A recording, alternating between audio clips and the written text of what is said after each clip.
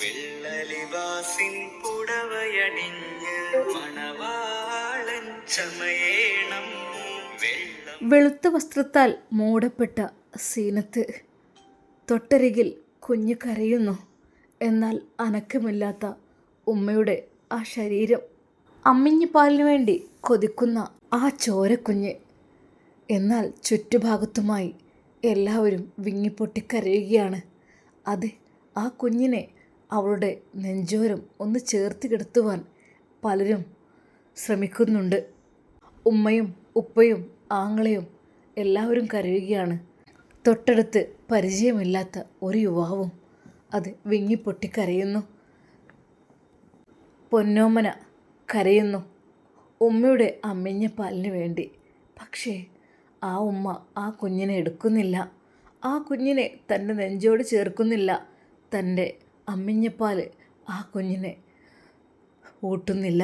എല്ലാവരുടെയും ഹൃദയം പൊട്ടിക്കരയുന്ന ആ ഒരു കാഴ്ച.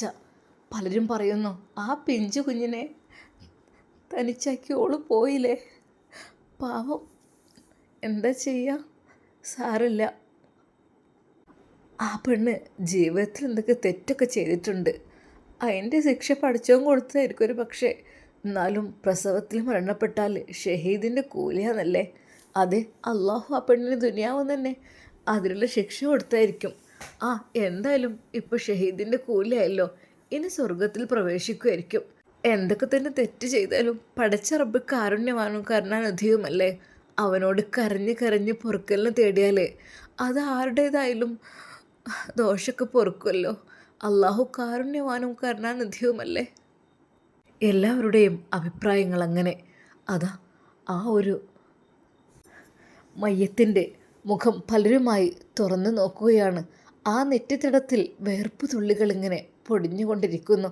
പലരും മുഖത്തേക്ക് നോക്കി പറഞ്ഞു, അതെ, മുഖം കണ്ടിട്ട് നല്ല പ്രകാശമുണ്ട്. നെറ്റിത്തടത്തിൽ വേർപ്പും തുടങ്ങിക്കണ്. അതൊക്കെ നല്ല മരണത്തിൻ്റെ ലക്ഷണം തന്നെ. അല്ലെങ്കിലും പ്രസവത്തിന് മരിച്ചാൽ ഷഹീദിൻ്റെ കൂലിയല്ലേ, ഓൾക്ക് സ്വർഗത്തിലേക്ക് ഇപ്പോൾ പോകൂലേ. ഷെഫി ഉസ്താദ് അത് കടന്നു വരികയാണ്. പതുക്കെ പതുക്കെ അത് ആളുകളെല്ലാം വകഞ്ഞു മാറ്റിക്കൊണ്ട് ആരൊക്കെയോ വഴി കാണിച്ചു കൊടുക്കുന്നുണ്ട്. തൻ്റെ പ്രിയപ്പെട്ട കുഞ്ഞിനെ പ്രസവിച്ച തൻ്റെ ഭാര്യയെ കാണുവാൻ വേണ്ടിയിട്ട്. അത് തൻ്റെ പ്രിയപ്പെട്ട കുഞ്ഞ് അവിടെ കരയുന്നുണ്ട്. ആ മയ്യത്തിന് തൊട്ടടുത്തായിട്ട് ഷെഫി ഉസ്താദ് പതുക്കെ അങ്ങോട്ട് ചെന്നു. അങ്ങനെ അതാ ആ ഒരു കഫം പുടവ ആരൊക്കെയോ ചേർന്ന് ഒന്ന് പൊക്കി കൊടുത്തു. ഷെഫി ഉസ്താദ് ആ നിമിഷം അവളുടെ ആ മുഖത്തേക്ക് നോക്കി. അതെ, സീനത്ത്, എൻ്റെ കുഞ്ഞിൻ്റെ ഉമ്മ അതാ അള്ളാഹുവിൻ്റെ അടുക്കലേക്ക് യാത്രയായിരിക്കുന്നു. ഉസ്താദിൻ്റെ കണ്ണുനീർത്തുള്ളികൾ സീനത്തിൻ്റെ മുഖത്തേക്ക് ഒറ്റി വീണു. എല്ലാവരും പറഞ്ഞു, ആ കണ്ണീര് മതി ഓള് രക്ഷപ്പെടാൻ. അതെ, ഓള് ഭർത്താവ് എത്രയിലെത്തിയല്ലോ, അതും വലിയ ഭാഗ്യം തന്നെയാണ്. സീനത്ത് ഭാഗ്യവതി തന്നെയാണ്. ഷെഫി ഉസ്താദ് ആ കുഞ്ഞിനെ ആ പിഞ്ചു പൈതലിനെ വാരിയെടുത്തു തൻ്റെ നെഞ്ചോട് ചേർത്തു. പ്രിയപ്പെട്ട ഉമ്മയുടെ അമ്മിഞ്ഞപ്പാൽ ഒരിക്കൽ പോലും കുടിക്കാൻ ഭാഗ്യം ലഭിക്കാത്ത ആ പൊന്നു മോനെ ഉസ്താദ് വാരിപ്പുണർന്നു. പൊട്ടിപ്പൊട്ടിക്കരഞ്ഞു. അല്ലാ, അല്ലാ, നീ പരീക്ഷിക്കല്ല അല്ലാ, എൻ്റെ കുഞ്ഞിനെ ഇവിടെ തനിച്ചാക്കി അവളെന്തിനെ കൊണ്ടുപോയത് അല്ലാ. ഉസ്താദ് പൊട്ടിക്കരയുകയാണ്. ഇക്ക, എന്താ ഉസ്താദേ, എന്താ ഉസ്താദ് നിങ്ങളിങ്ങനെ കരയുന്നത്? എന്ത് കരയുന്നത്? അതെ, ബത്തൂൽ തൻ്റെ പ്രിയപ്പെട്ട ഭർത്താവിനെ തട്ടി വിളിക്കുകയാണ്. ബത്തൂൽ, ഞാൻ എവിടെയാണ്? എൻ്റെ കയ്യിലുള്ള കുഞ്ഞെവിടെ? എൻ്റെ കുഞ്ഞെവിടെ? ബത്തൂൽ എവിടെ? സീനത്തെവിടെ? ഇക്ക, എന്ത് പറ്റി ഉസ്താദേ? അവൾ പെട്ടെന്ന് അതാ വെള്ളം ഗ്ലാസ്സിലേക്ക് ഒഴിക്കുന്നു. ഇതാ ബിസ്മില്ലാഹിർ റഹ്മാൻ റഹീം, ഇത് കുടിക്കൂ, നിങ്ങളിത് കൊടുക്ക്. വേണ്ട, അതൊന്നും വേണ്ടടി. എന്താ നിങ്ങളിങ്ങനെ കരയുന്നത്? എന്ത് സ്വപ്നം കണ്ടോ? എന്താ, ഇത് കുടിക്ക്, ബിസ്മില്ലാഹിർ റഹ്മാൻ റഹീം. സ്നേഹത്തോടെ അതാ ബത്തൂൽ വെള്ളം നൽകുന്നു ഉസ്താദിന്. എന്നാൽ ഷെഫി ഉസ്താദിന് അവിടെ കിടക്കാൻ കഴിയില്ല. കഴിഞ്ഞില്ല. ഷെഫി ഉസ്താദ് പതുക്കെ എഴുന്നേറ്റു. അല്ലാ, പെട്ടെന്ന് ഉളൂഹ് ചെയ്തു. വാഷ്റൂമിൽ പോയി ഉളൂഹ് ചെയ്തു പടച്ച റബ്ബിലേക്ക് അതാ കരങ്ങളുയർത്തി പ്രാർത്ഥിക്കുന്നു. 2 റക്അത്ത് നിസ്കരിച്ച് പടച്ച റബ്ബിനോട് കരഞ്ഞ് പ്രാർത്ഥിക്കണം. അല്ലാഹുവേ റഹ്മാനും റഹീമുമായ സയ്യിദായ തമ്പുരാനെ, ആ ഒരവസ്ഥ നീ വരുത്തല്ലേ അല്ലാ, ആ അവസ്ഥ നീ വരുത്തല്ലേ അല്ലാ റഹ്മാനെ. അതെ, 2 പേരും വേണം, ജീവനോട് വേണം. അല്ലാ റഹ്മാനെ, കൊണ്ടുപോകല്ലേ കേട്ടോ. ഞാനെല്ലാം പൊരുത്തപ്പെട്ട് കൊടുത്തിരിക്കുന്നു. എൻ്റെ കുഞ്ഞിന് എൻ്റെ ഉമ്മയെ വേണം. അല്ലാതെ റഹ്മാനെ, എൻ്റെ കുഞ്ഞിനെ നീ പരീക്ഷിക്കല്ല അല്ലാ. അതെ, ആ കുഞ്ഞിൻ്റെ കരച്ചിൽ ഷെഫി ഉസ്താദിൻ്റെ ചെവിയിലേക്ക് ഇങ്ങനെ അലയടിച്ചു കൊണ്ടിരിക്കുകയാണ്. റബ്ബേ, കൊണ്ടുപോവല്ല അല്ലാ. എന്തൊക്കെ തെറ്റുകൾ ചെയ്തിട്ടുണ്ടെങ്കിലും അവൾക്ക് നീ പുറത്തു കൊടുക്കല്ല. പ്രിയപ്പെട്ട ആ ഷെഫി ഉസ്താദ് അതാ അവൾക്ക് വേണ്ടി ദുആ ചെയ്യുന്നു. റഹ്മാനെ, നീ രക്ഷപ്പെടുത്ത്. ലാ ഇലാഹ ഇല്ലാ അന്ത സുബ്ഹാനക ഇന്നി കുൻതു മിനൽ ളാലിമീൻ.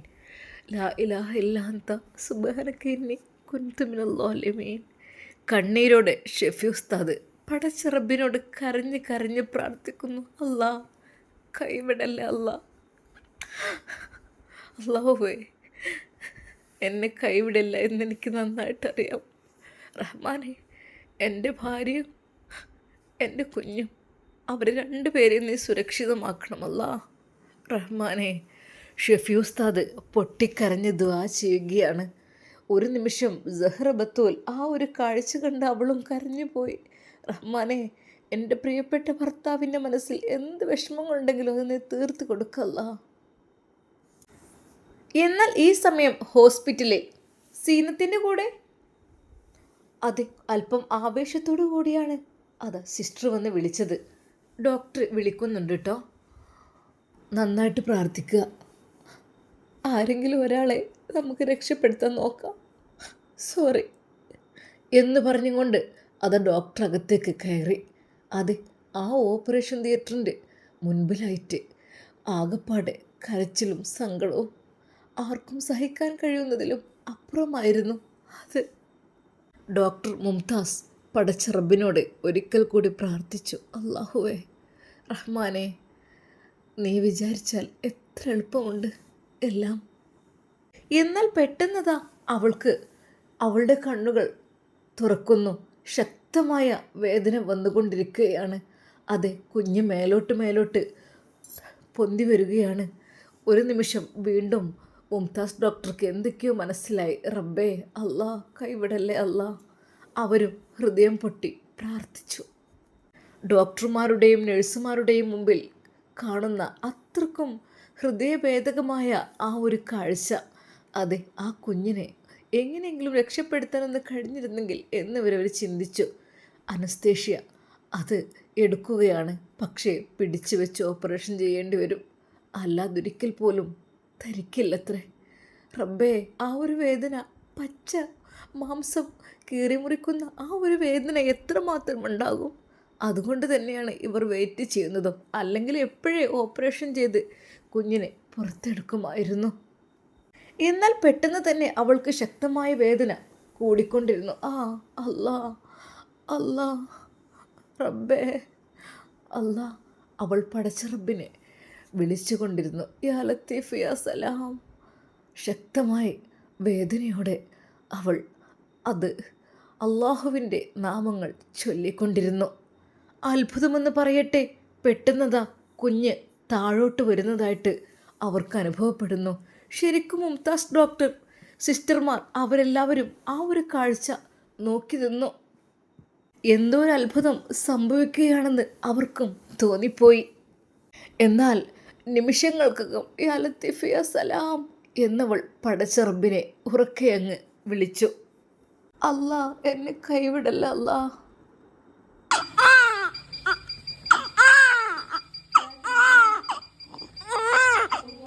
അതെ, ആ അത്ഭുതം അവിടെ സംഭവിക്കുകയാണ്.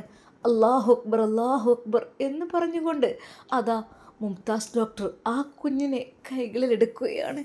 ശരിക്കും അത്ഭുതപ്പെടുത്തുന്ന ഒരവസ്ഥ. പടച്ച റബ്ബിനെ സ്തുതിച്ചു മതിവരുവോളം അൽഹംദുലില്ലാ, അൽഹംദുലില്ലാ, അൽഹംദുലില്ലാ അതെ, ഡോക്ടർ കരഞ്ഞു പോയി. ചുറ്റും കൂടിയവരെല്ലാം കരഞ്ഞു പോയി. സുരക്ഷിതമായി അതാ സീനത്ത് പ്രസവിച്ചിരിക്കുന്നു.